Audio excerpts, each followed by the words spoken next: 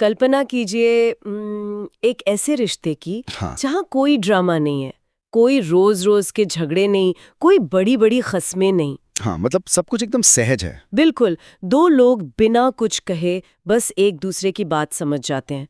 सब कुछ इतना शांत है कि लगता है जैसे यही वो परफेक्ट जगह है जहाँ इंसान को होना चाहिए। लेकिन मनोविज्ञानों का मानना है कि ठीक यही वो पल है जब इंसान को सबसे ज्यादा डरना चाहिए। हाँ, और यही आज की हमारी इस विस्तृत चर्चा का विषय है। सभी का स्वागत है। आज हम एक बेहद खूबसूरत और विचार उत्तेजक स्रोत पर गहरी बात करने वाले हैं।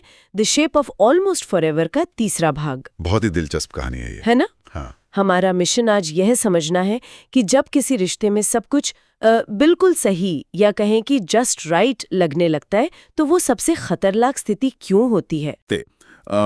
हमारी सबसे गहरी असुरक्षाओं के साथ खेलते हैं। ये समझना मानव मनोविज्ञान के लिए बहुत जरूरी है, खासतौर पर ये देखना कि हम इंसान अनिश्चितता से कैसे निपटते हैं। ठीक है, तो चलिए इसे अनपैक करते हैं। कहानी की शुरुआत में ही हम देखते हैं कि सर्दियों के आने तक रिया और कबीर ने उन्होंने दिखावा करना पूरी तरह से बंद कर दिया था। हाँ, कोई लेबल नहीं था, कोई परिभाषा नहीं। बिल्कुल, सुबह का पहला टेक्स्ट और रात की आखिरी बात। लेकिन जो बात मुझे सबसे दिलचस्प लगी वो ये थी कि कबीर अब रिया से ये नहीं पूछता था कि उसे कॉफी चाहिए या नहीं। वो उसके पहुंचने से पहले ही ऑर्डर कर देता था। हाँ, मुझे तो ये किसी स्मार्ट एल्गोरिदम की तरह लगता है, जैसे आजकल की मशीन लर्निंग होती है ना। बिल्कुल सही तुलना है ये। मतलब एक एल्गोरिदम आपकी आदतों को इतनी अच्छी तरह सीख लेता है कि आपको कुछ टाइप करने की जरूरत ही नहीं पड़ती। वे दोनों एक दूसरे की आदतों में पूरी तरह ढल गए थे। यहाँ जो सबसे आकर्षक बात है वो ये है कि मनोविज्ञान में इसे हैबिचुएशन या आदत पड़ना कहते हैं। हाँ। हमारा दिमाग हमेशा सोचने की मेहनत या कहें कि कॉग्निटिव लोड को कम करना चाहता है। अच्छा। और जब किसी रिश्ते पर कोई लेबल नहीं होता, जैसे बॉयफ्रेंड या गर्लफ्रेंड का टैग नहीं होता, तो एक मनोवैज्ञानिक आज़ादी मिलती है। मतलब कोई दबाव नहीं होता कि कैसा व्यवहार करना है। बिल्कुल। लोग परिभाषा के दबाव के बिना अपनी असली पहचान में ज्यादा सहज हो जाते हैं। उन्हें कुछ साबित नहीं करना होता। लेकिन इसी दौरान उनका एक मजेदार संवाद भी आता है कहानी में, जहाँ रिया 4 मिनट लेट होती है। हाँ, वो घड़ी वाला सीन। हाँ, कबीर अपनी घड़ी देखता है और इसे मजाक में अस्वीकार्य या अनएक्सेप्टेबल कहता है।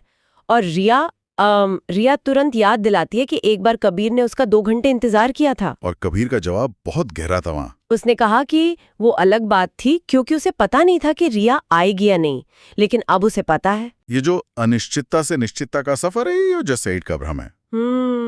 जब इंसान को लगने लगता है कि अब तो ये इंसान कहीं नहीं जाएगा। लेकिन यहाँ बात सच में बहुत दिलचस्प हो जाती है, क्योंकि अनजाने में ही सही उन्होंने अपने कुछ नियम और रिवाज बना लिए थे। हाँ, वो शुक्रवार की पेस्ट्री और रविवार की सैर। और सबसे खास था बुधवार, मतलब वेंसडे उनका नो एक्सक्यूज दिन बन गया था।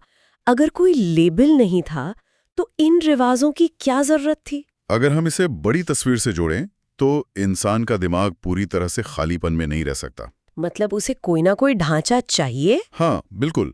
भले ही वो कोई आधिकारिक नाम ना दें, लेकिन उन्हें एक सुरक्षा चाहिए होती है।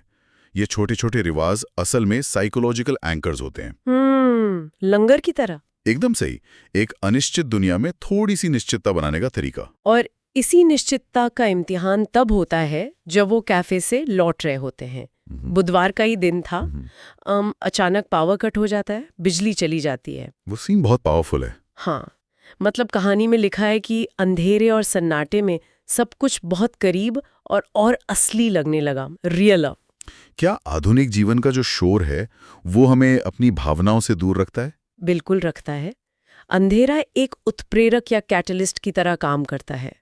दिन की रोशनी में हम सब एक मुखौटा पहने रहते हैं, एक डिफेंस मैकेनिज्म की तरह। हाँ, रोशनी और शोर हमें दिखावा करने की आज़ादी देते हैं। लेकिन जब अंधेरा होता है तो वो सब छिन जाता है। इंसान अपनी सबसे गहरी असुरक्षाओं के सामने नंगा खड़ा हो जाता है। इसी अंधेरे में कबीर पूछता है कि क्या उसे किसी चीज से डर लगता है? और रिया का जवाब सुनिए। हाँ। रिया असल में उस पल से डर रही थी, लेकिन उसने अपनी लॉजिकल साइड का इस्तेमाल किया और कहा अनिश्चितता से। उसने अपनी भावना को एक बौद्धिक रूप दे दिया। जिसे हम इंटेलेक्चुअलाइजेशन कहते हैं। ताकि उसे महसूस न करना पड़े। बिल्कुल। लेकिन कबीर इसके उलट करता है। हाँ, कबीर कहता है कि उसे उस चीज को खोने का डर है जिसकी उसे जरूरत थी बिना ये जाने। उसने कोई बौद्धिक शब्द नहीं चुना। उसने सीधे अपनी कमजोरी सामने रख दी बिना किसी बचाव के। और उस अंधेरे में जो सच्चाई सामने आई, उसने उनके बीच के समीकरण को हमेशा के लिए बदल दिया। वापस पुरानी स्क्रिप्ट पर लौटना अब नामुमकिन था। हाँ, और कुछ दिनों बाद कैफे का वो दृश्य आता है। लेखक कहता है कि ये कुछ भी पूर्व नियोजित नहीं था, नॉट प्लान्ड, नॉट प्रिपेयर्ड, बस अपरिहार्य था, इनएविटेबल। हाँ, कबीर का रिया की तरफ वो खास नजर से देखना, धीरे से उसका हाथ पकड़ना और वो शांत सौम्य चुंबन। यहाँ कोई बड़ा ड्रामा नहीं है, कोई जल्दबाजी भी नहीं। लेकिन चुंबन के ठीक बाद रिया, जो हमेशा तार्किक रहती है, वो पूछती है, और अगर ये काम नहीं किया? ये डर है, डाउट नहीं। हाँ, और कबीर का जवाब देखिए, वो कोई झूठा दिलासा नहीं देता। वो नहीं कहता कि सब ठीक रहेगा, वो बस कहता है तो हम इसका सामना करेंगे, then we'll deal with it. ये एक महत्वपूर्ण सवाल खड़ा करता है। वही तो, रिया जैसी लॉजिकल इंसान एक ऐसे जवाब से शांत क्यों हो जाती है जो बिल्कुल भी आश्वस्त करने वाला या रियशोरिंग नहीं है? क्योंकि झूठे वादे भ्रम पैदा करते हैं। जो लोग तार्किक होते हैं उनके लिए हमेशा सब ठीक रहेगा कहना असल में खतरे की घंटी है। उन्हें पता होता है कि असल जिंदगी वैसी नहीं होती। बिल्कुल। कबीर की ईमानदारी रिया के दिमाग को शांत करती है। डर के समय में इंसान को परियों की कहानी नहीं, बल्कि एक ठोस सच्चाई और प्रैग्मेटिक साझेदारी की जरूरत होती है। तो हम इसका सामना करेंगे, मतलब हम साथ होंगे चाहे जो हो। हाँ, और रिया का ओके कहना उसी साझेदारी की स्वीकृति है। सच में ये बहुत गहरी बात है। और इस बदलाव के बाद सब कुछ आसान नहीं हुआ, बल्कि ज्यादा हो गया, ब्राइटर, मोर रिस्क। दांव बढ़ गए थे अब। रिया कबीर की छोटी छोटी बातों पर ध्यान देने लगी कि कैसे वो उससे रैर समझता है। और कबीर ने फिर से लिखना शुरू कर दिया। एक सुरक्षित भावनात्मक आश्रय इंसान को हमेशा उसकी रचनात्मकता की ओर वापस ले जाता है। और फिर वो टेक्स्ट मैसेज आता है। रात में रिया टेक्स्ट करती है, हम क्या हैं, व्हाट आर वी, बिना लेबल वाले रिश्तों का सबसे खूंखार सवाल। और कबीर का जवाब होता है, कुछ असली, समथिंग रियल। तो इस सब का असल मतलब क्या है? समथिंग रियल कोई वादा तो है नहीं, ये कोई वादा या लेबल नहीं है, लेकिन ये वर्तमान की पूरी सच्चाई है, भविष्य के किसी खोखले वादे से ज्यादा सुरक्षित। और फिर कहानी के अंतिम शब्द आते हैं, लगभग हमेशा या ऑलमोस्ट फॉरएवर।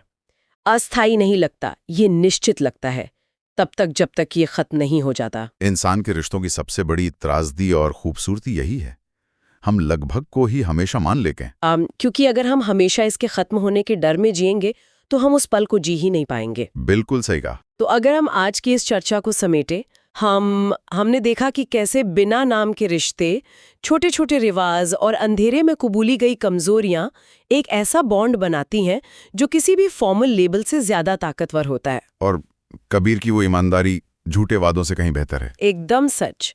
अब अंत में मैं एक ऐसा विचार छोड़ना चाहूंगी जो कहानी में सीधे तो नहीं लिखा है, लेकिन इसी पर आधारित है। मैं सुनने के लिए उत्सुक हूं। हम अक्सर सोचते हैं कि रिश्तों को बिना लेबल का रखने से हमें कम दर्द होगा, है ना? हाँ, लोग खुद को बचाने के लिए ऐसा करते हैं। लेकिन क्या ये कुछ असली या समथिंग रियल का एहसास हमें इस बात से बेखबर नहीं कर देता कि जब एक बिना लेबल का रिश्ता टूटता है तो उसका दुख कहीं ज्यादा गहरा होता है? इसे मनोविज्ञान में एम्बिग्युअस लॉस कहते हैं। हाँ, क्योंकि आपके पास रोने के लिए कोई आधिकारिक नाम ही नहीं होता। आप कह नहीं सकते कि मेरा ब्रेकअप हुआ है या मेरी शादी टूटी है। आपके पास उस दर्द को पुकारने के लिए शब्द ही नहीं होते। ये सच में एक बहुत ही दर्दनाक स्थिति होती है। तो शायद इसीलिए जब सब कुछ जस्ट राइट लगता है तो वो सबसे खतरनाक पल होता है, क्योंकि जब वो लगभग हमेशा खत्म होता है तो एक ऐसा खालीपन छोड़ जाता है जिसका कोई नाम नहीं होता। सोचने पर मजबूर करने वाला विचार है ये। इस विस्तृत चर्चा में जुड़ने के लिए बहुत बहुत धन्यवाद। हम उम्मीद करते हैं कि यह चर्चा लगभग हमेशा वाले पलों को एक नए नजरिए से देखने में मदद करेगी। अगली बार एक नए विषय के साथ फिर से गहराई में उतरेंगे।